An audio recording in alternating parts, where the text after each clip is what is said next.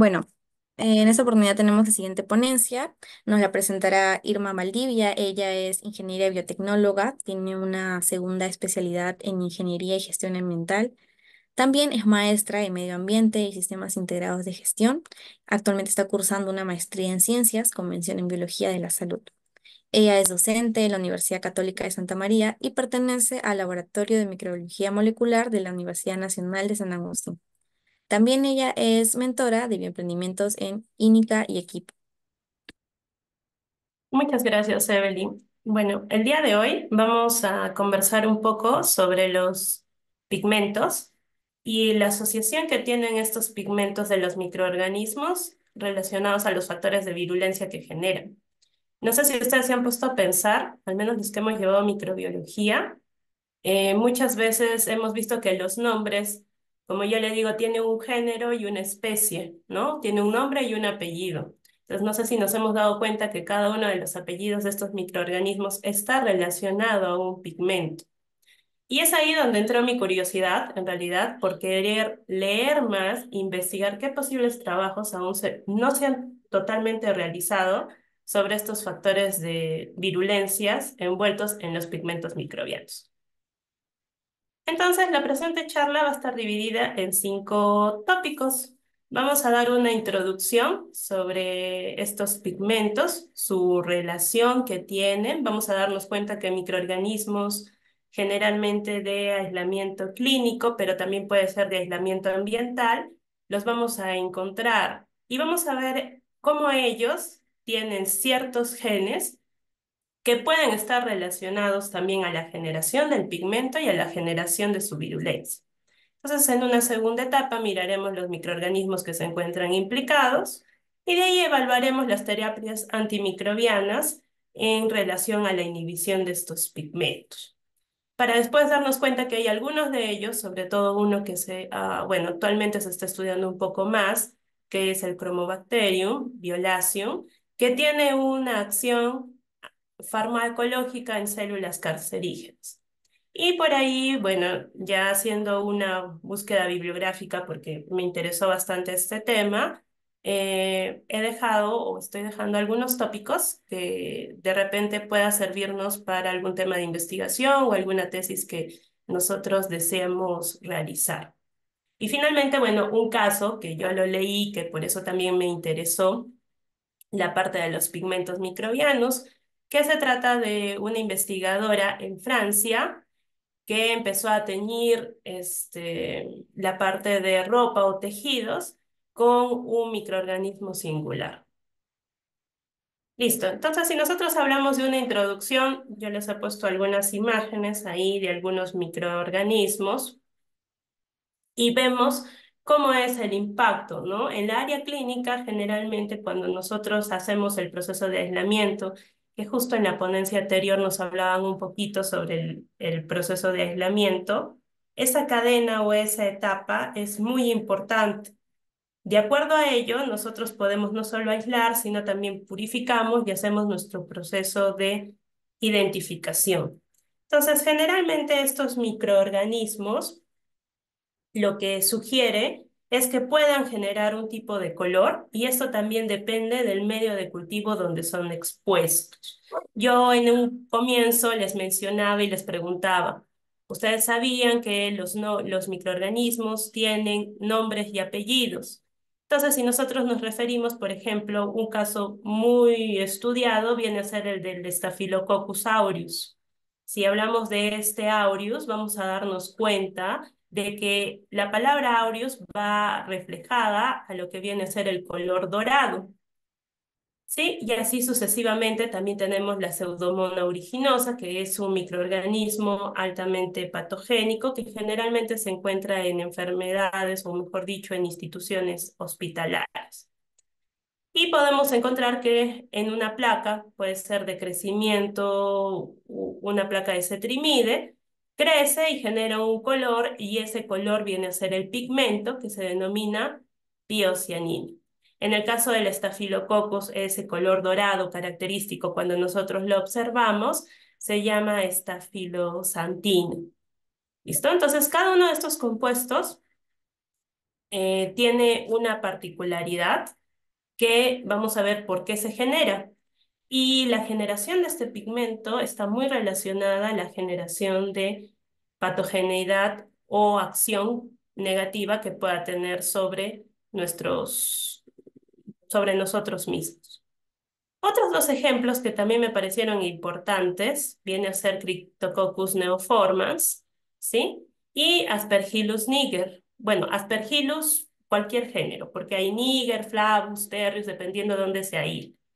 ¿Listo? El más común y el que genera un poco más de patogeneidad viene a ser el Aspergillus niger, sí, que está relacionado con procesos de infecciones respiratorias por la absorción de las esporas. Pero si ya nosotros lo vemos en placa, vamos a darnos cuenta que al comienzo del crecimiento de este Aspergillus tiene un color pálido amarillo, que si nosotros volteamos la placa al en vez, vamos a ver que no tiene ninguna coloración. Ese pigmento que se genera, que tiene un color piel o amarillo, como se está observando en la imagen, viene a ser la melamina. Entonces, algunas funciones naturales por las cuales, pues, estos microorganismos generan un color, ¿no? Y la primera de ellas tenemos que relacionar, hay algunas aves y algunos animales que también cambian de color porque de repente se encuentran expuestos a algún medio externo que les pueda causar daño. Algo similar se asume dentro de las teorías revisadas que puede pasar con los microorganismos.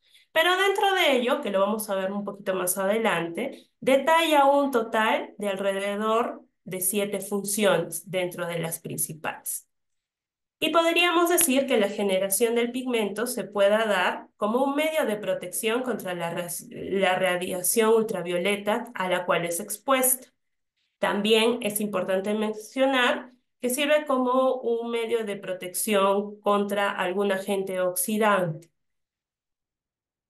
También como un medio de protección contra agentes de temperatura extremos, ya sea mucho calor o mucho frío. Protección contra algunos compuestos antimicrobianos que son producidos por otros microbios o procesos de competitividad. Y algunos de otros vienen a estar relacionados con las actividades antimicrobianas contra otros microorganismos.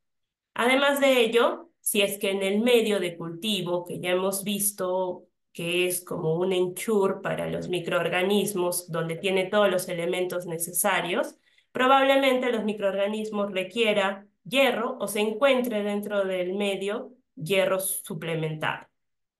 Entonces el microorganismo lo va a absorber dentro de su ruta metabólica y va a poder generar ese pigmento.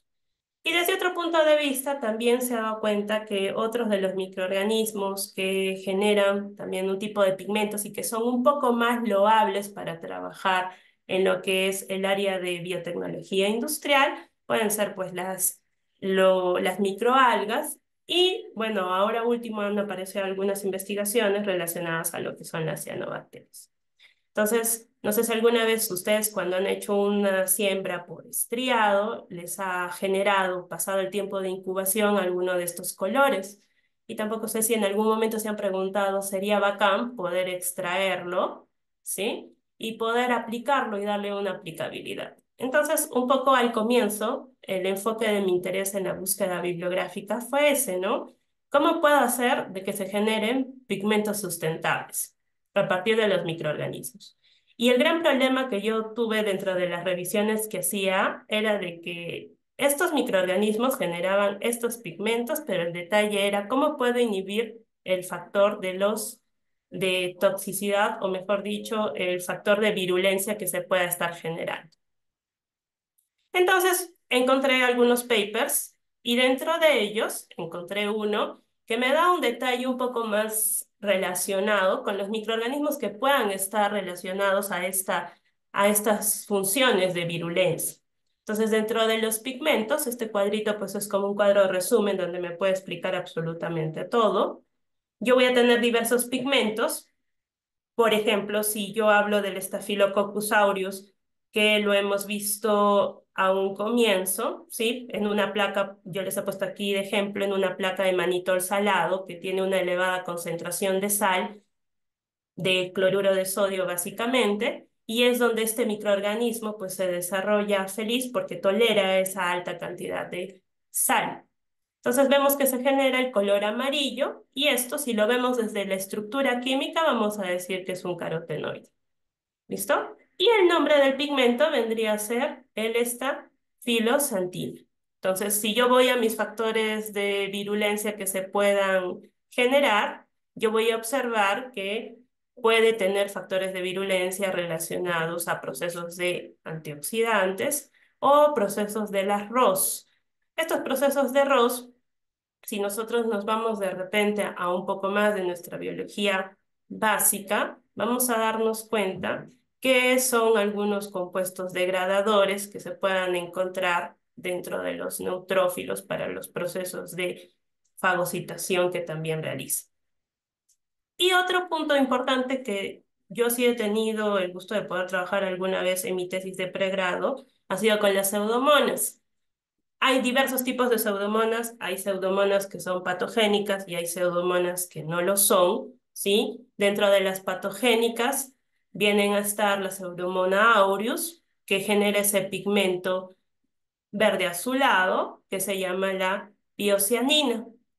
¿Listo? Pero también yo puedo encontrar, bueno, dentro de estos factores de virulencia generan pues citotoxicidad, generan procesos proinflamatorios, procesos de apoptosis de los neutrófilos, pero también dentro de estas especies de pseudomonas que pueden existir, hay otra que, por ejemplo, es la Pseudomonas florensis, con la cual yo trabajé en mi tesis y genera un compuesto que si alguno de ustedes ha trabajado es un compuesto de color amarillo fosforescente. ¿Listo? Entonces por eso se llama Pseudomonas florescens. Y ese compuesto fosforescente, y en realidad la Pseudomonas florescens se trabaja más en lo que es la parte de la agricultura, pero también esa Pseudomonas florescens y en sí la pioverdina que generaba ese color amarillo fosforescente podía servir como un biocontrolador en mares para determinar procesos de contaminación. En la parte inferior tenemos algunos otros con características similares, como por ejemplo la melanina, que ya hemos hablado un poquito de Cryptococcus neoformans, el Aspergillus, que generan procesos de bloqueo en cuanto a los microorganismos que puedan generar algún antimicrobiano, ¿sí? Entonces podemos tener colores desde los dorados en la relación hasta colores oscuros como negros, ¿sí? A partir de Porphyromans, gingivalis y también colores de color marrón a partir de Plasmodium spp, que viene a ser ya un parásito. Y cómo este color, esta generación de este color, está relacionado a este factor o a esta funcionabilidad de virulencia.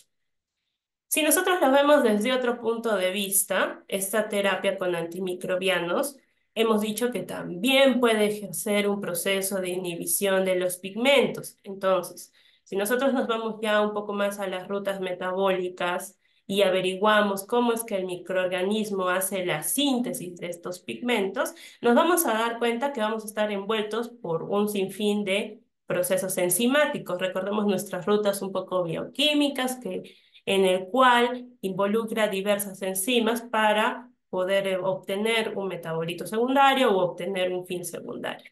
Entonces, dentro de ellos, un ejemplo muy clásico que explican dentro de la mayoría de los papers, viene a estar la estafilosantina, ¿no? Cómo se genera este pigmento a partir del Staphylococcus aureus.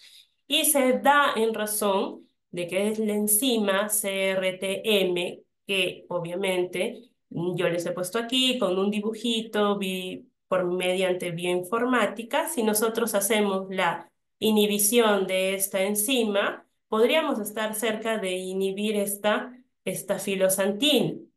Y si no hay la producción de esta astafilosantina, quiere decir que tampoco habría el proceso de virulencia. Entonces, actualmente no se ha llegado a un 100% en cuanto a la evaluación de que si solamente haciendo la inhibición de esta enzima podría generar la inhibición total del colorante y por ende la inhibición del factor de virulencia. Aún todavía están en estudios. Lo mismo pasa con la inhibición de la melanina. Yo tengo acá una imagen, puede ser una coloración en el cual observo Cryptococcus neoformam. Me doy cuenta porque recordemos que el Cryptococcus pues tiene una cápsula. ¿Listo? Entonces lo que yo necesito hacer es inhibir los procesos que genera dentro de la síntesis de este Cryptococcus. Dan esos dos ejemplos en la mayoría de papers, no son los únicos que están trabajando. De hecho, hay algunos otros que nos hablan sobre la inhibición en pseudomonas, porque son las que mayores problemas en el área de UCI generan. ¿Listo? Pero todavía no llegan a un término donde el resultado sea totalmente favorable. Y desde otro punto de vista, también se ha averiguado que hay ciertos microorganismos que actúan como agentes farmacológicos. Un ejemplo de estos Mm. es que aquí las colonias parecen negras, pero en realidad son de un color morado bastante intenso. El microorganismo que yo tengo aquí viene a ser el Chromobacterium violaceum y está muy relacionado su síntesis a la inhibición de células cancerosas. ¿Listo? Se ha probado en diversos tipos de células cancerosas.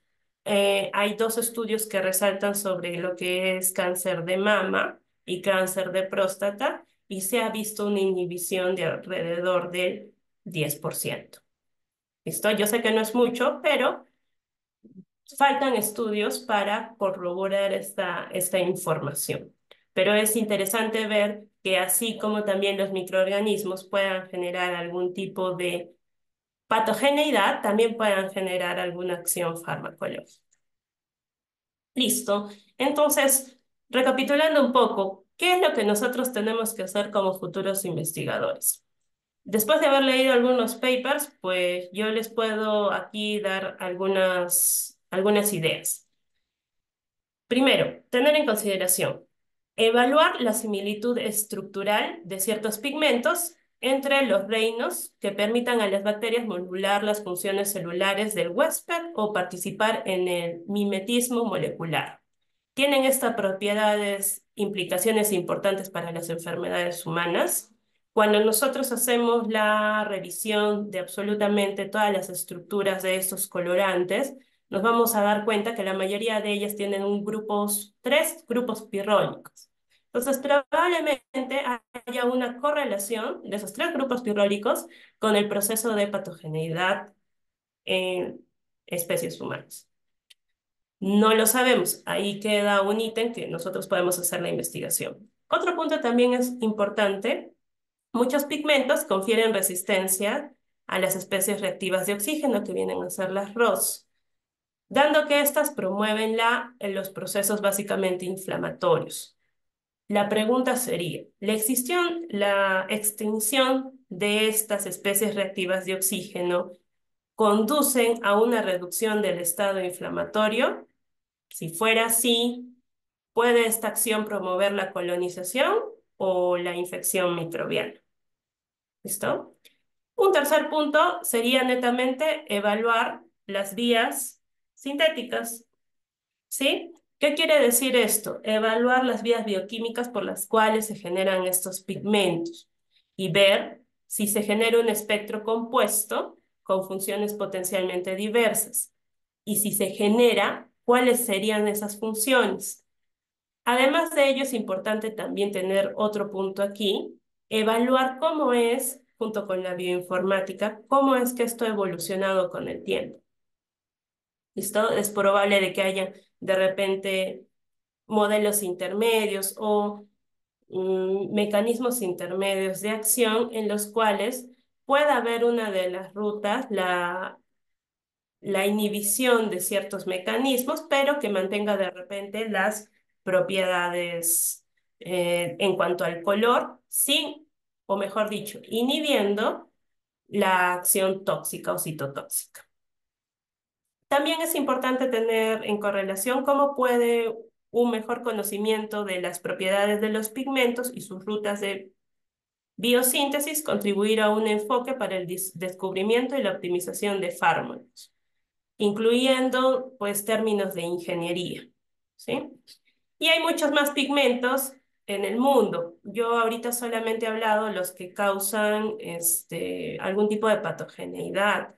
Sin embargo, en el medio ambiente, cuando ustedes hagan una recolección, y justo ahorita terminando, bueno, que habían terminado con la charla anterior, se me vino eso en la cabeza, porque alguna vez también he hecho un muestreo de suelos y encontré una gran cantidad de levaduras. Obviamente no estaban tipificadas, algunas de ellas sí, y algunas otras tenían una acción simbionte, o sea, podrían ser levaduras como también podrían ser hongos filamentosos.